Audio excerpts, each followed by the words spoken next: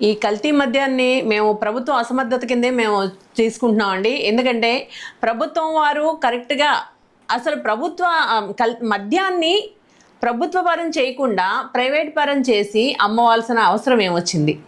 గత ప్రభుత్వంలోని 16,000 మంది ఉద్యోగస్తుల్ని పెట్టి ఒక టైం లిమిట్ పెట్టి రేట్లు పెంచి మద్యం తాగాలంటే భయపడే విధంగా రేట్లు పెంచి గత ప్రభుత్వం జగన్మోహన్ రెడ్డి గారి ప్రభుత్వానికి ఆదాయం వచ్చే విధంగా మద్యాన్ని విక్రయిస్తే ఈ కూటమి ప్రభుత్వం అధికారంలోకి వచ్చే ముందు నాణ్యమైన మద్యాన్ని అందిస్తాము మీకు అని అప్పట్లోని జగన్మోహన్ రెడ్డి గారు చీప్ బ్రాండ్స్ తీసుకొచ్చారని చెప్పేసి ఆయన అమ్మిన బ్రాండ్ల వల్ల 30,000 మంది చనిపోయారని నానా రకాలుగా యాగి చేసి మీకు మంచి బ్రాండ్లు తీసుకొస్తాం, నాణ్యమైన మద్యాన్ని అందిస్తామని అధికారంలోకి వచ్చిన ఈ కూటమి ప్రభుత్వం ఈరోజు చేస్తున్నదేంటి?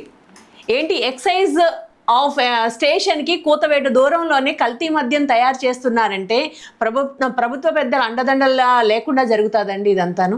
పైగా ఆ కల్తీ మద్యం తయారు చేస్తున్న వాళ్ళు ఎవరండి? అదే తంబళపల్లి నియోజకవర్గానికి టీడీపీ తరఫున ఎమ్మెల్యేగా పోటీ చేసిన వ్యక్తి. ఇప్పుడు ఆ వ్యక్తి ఇక్కడ లేడు అనంటే వీళ్ళకి ఏమైనా స్మెల్ వచ్చి అతను ఎస్కేప్ అయ్యాడా?